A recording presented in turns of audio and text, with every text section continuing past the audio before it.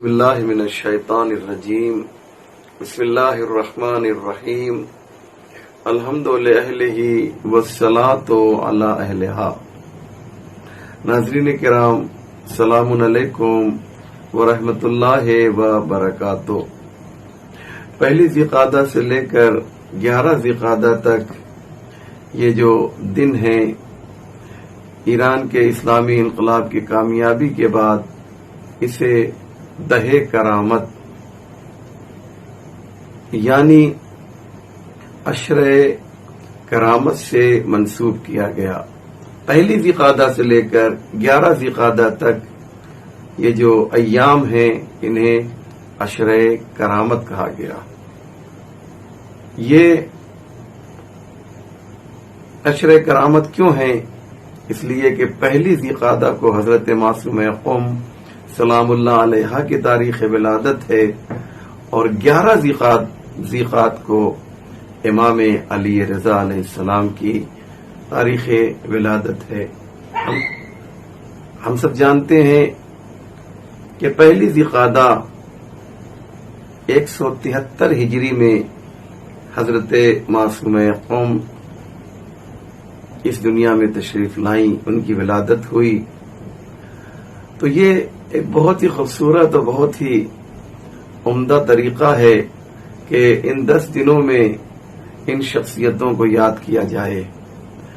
امام علی رضا علیہ الصلاۃ والسلام کی جو نورانی شخصیت ہے اس کا کوئی جواب پیش نہیں کر سکتا۔ امام ہمام آسمان ولایت و امامت کے 8ویں اختر تابناک روشن و منور ستارے امام علی رضا علیہ الصلاۃ والسلام نے جو خدمت انجام دی ہے، جب وہ آپ جب مدینے سے طوس اور خراسان پہنچے ہیں تو آپ نے مسلسل جو کام کیا وہ یہ کہ مدینے سے لے کر خراسان تک راستے میں مختلف جگہوں پر آپ نے پیغمبر اسلام کے ارشادات و فرامین لوگوں تک پہنچائے، یہاں تک کہ جب نیشاپور پہنچے تو وہ مشہور و معروف حدیث جو ہم سب کو یاد ہو گئی ہے کہ امام نے فرمایا کہ لا الہ الا اللہ حسنی فمن دخل حسنی امن من عذابی۔ لا الہ الا اللہ، اللہ یہ کہہ رہا ہے کہ لا الہ الا اللہ میرا ایک مضبوط قلعہ ہے، جو اس قلعے میں داخل ہو گیا امن من عذابی، وہ میرے عذاب سے محفوظ ہو گیا۔ اور پھر جب سواری اور آگے بڑھی، لوگوں نے اصرار کیا تو امام نے فرمایا لیکن بشرطہا وشروطہا وانا من شروطہا، لیکن تنہا لا الہ الا اللہ تمہیں نجات نہیں دے سکتا ہے، اس کی کچھ شرطیں ہیں، اور ان شرطوں میں سے ایک شرط میں بھی ہوں۔ یعنی بتایا کہ توحید کی اپنی جگہ پر اہمیت ہے، لیکن توحید کے بعد نبوت بھی ہے، اور نبوت کے بعد امامت بھی ہے۔ یہ ایک مختصر سا جملہ تھا، لیکن معانی و مفاہیم کا ایک سمندر تھا جو امام علی رضا علیہ السلام نے ایک کوزے میں سمو دیا تھا۔ کیونکہ میرے پاس وقت زیادہ نہیں ہے ورنہ میں اس پر اور زیادہ روشنی ڈالتا۔ اور پھر جناب معصومہ قم ایک عظیم عالمہ، ایک عظیم محدثہ، آپ کے کمالات کو میں کیسے بیان کروں کہ آپ اللہ کی جانب سے لباس عصمت پہن کر نہیں آئی تھیں، معصوم من اللہ نہیں تھیں، لیکن آپ نے اپنے کیریکٹر کو، اپنے کردار کو، اپنی زندگی کو اس طریقے سے پاک و پاکیزہ گزارا کہ آپ معصومہ قم بن گئی۔ قم کا تصور جب بھی آئے گا، جب بھی قم کا نام لیا جائے گا تو حضرت معصومہ قم کا نام ضرور سامنے آئے گا۔ آج قم کی جو رونق ہے، ایک تو خود قم کا تقدس ذاتی ہے، زمین قم مقدس پیدا کی گئی، اور اس کے بعد جناب معصوم قم کے آنے کے بعد گویا نور علی نور کی تفسیر مجسم ہو گئی. جناب معصوم قم نے کس طریقے سے قوم کو بلند کیا. جو لوگ جاتے ہیں قوم جاتے ہیں اور اس نورانی حرم کو اور روزے کو دیکھتے ہیں اور اس گنبد پر نگاہ جاتی ہے تو پھر نگاہ ہٹتی نہیں ہے.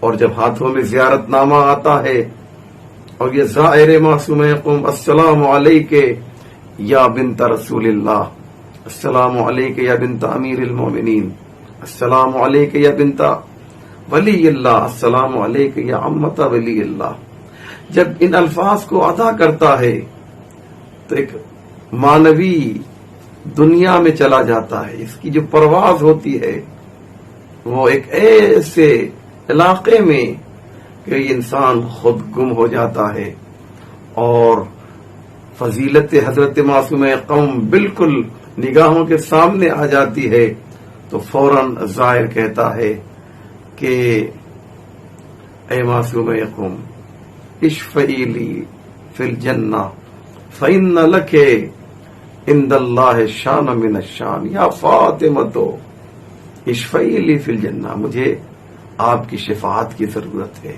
آپ شفاعت کرا سکتی ہیں. کیوں؟ فإن لک عند اللہ شان من الشان، کیونکہ ہمیں اس بات کا یقین ہے کہ آپ اللہ کی نگاہ میں بہت ہی بلند ہیں. آپ کی منزلت، آپ کی فضیلت پروردگار سے آپ کہہ دیں گی تو ہم جیسے گنہگار ان کا بیڑا پار ہو جائے گا. بہت سی باتیں اس سلسلے میں عرض کرنا تھا. اور ایک شخصیت اور بھی ہیں جنہیں دہ کرامت میں یاد کیا جا رہا ہے. البتہ ہندوستان میں اس عظیم شخصیت سے لوگ واقف نہیں ہیں اور وہ حضرت شاہ چراغ حضرت احمد ابن موسیٰ ابن جعفر ہیں. یہ جب امام علی رضا علیہ السلام ایران پہنچ گئے تو ان کا بھی دل نہیں لگا اور اپنے بھائی سے ملنے کے لیے آپ نے مدینہ چھوڑ دیا. تقریباً 15,000 چاہنے والوں کے ساتھ آپ پہنچے. مامون کو یہ خبر ملی. ظاہر سی بات ہے بادشاہ اگرچہ ان کے پاس دولت ہوتی ہے، طاقت ہوتی ہے، فوج ہوتی ہے، لیکن یہ بہت ہی بزدل ہوا کرتے ہیں.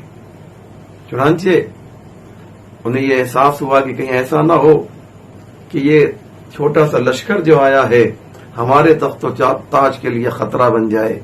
اس لیے شیراز کا جو حاکم تھا، اس کا نام تاریخ نے قد لغ خان لکھا ہے، اسے حکم دیا کہ ان سے کہو کہ یہ واپس چلے جائیں اور اگر یہ واپس نہ جائیں تو انہیں قتل کر دو. چنانچہ یہی ہوا. قتل خان آپ کے سامنے آیا اور کہا آپ واپس چلے جائیے ورنہ آپ کو قتل کر دیا جائے گا. ایک خونریز جنگ ہوئی اور امام علی رضا کا یہ بھائی بھی شہید ہو گیا. اللہ اکبر. امام رضا کے بعد یہ دوسری شہادت ہوئی. آج ان کا خوبصورت روضہ شیراز میں موجود ہے. میں تمام اردو زبان والوں سے جو میری آواز کو سن رہے ہیں یہ گزارش کروں گا جب ایران آپ جاتے ہیں بالخصوص قافلے والوں سے کہ شاہ چراغ کی زیارت کے لیے شیراز بھی زائرین امام رضا و زائرین حضرت معصومہ کو لے جائیں. بہت ہی خوبصورت حسین روضہ ہے جو شیراز میں موجود ہے. میری دست ادب جوڑ کر قافلے کے تمام ذمہ داروں سے یہ التماس، یہ ریکویسٹ، یہ گزارش ہے کہ شاہ چراغ کی زیارت کے لیے بھی جائیں.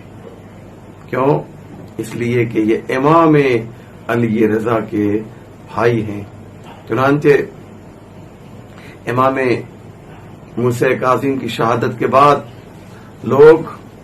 لوگوں نے بلکہ لوگوں میں سے کچھ لوگوں نے ایک طبقہ یوں کہا جائے انہوں نے جناب احمد ابن موسیٰ ابن جعفر کی بیعت کی اور کہا یہ ہمارے امام ہیں. تو جناب احمد خود سامنے آئے اور کہنے لگے کیا حسین انداز تھا، جس طریقے سے تم ہماری بیعت میں ہو، ہم علی ابن موسیٰ رضا کی بیعت میں ہیں، یعنی ہم نے تو امام علی رضا کی بیعت کی ہے اور تم نے ہماری بیعت کر لی ہے، کیسے ممکن ہے؟ چنانچہ لوگ واپس امام علی رضا کی طرف چلے گئے اور ایک بہت بڑا جو مسئلہ کھڑا ہو سکتا تھا اسے جناب احمد ابن موسیٰ ابن جعفر نے ختم کر دیا، ایک فتنہ کھڑا ہو سکتا تھا اسے ختم کر دیا۔ ہمارا سلام ہو ان تین عظیم شخصیتوں پر، اور جو چیزیں اس میں کامن ہیں وہ یہ ہیں کہ یہ تینوں شخصیتیں امام موسیٰ کاظم علیہ السلام کی نشانیاں ہیں۔ السلام علیکم ورحمۃ اللہ وبرکاتہ۔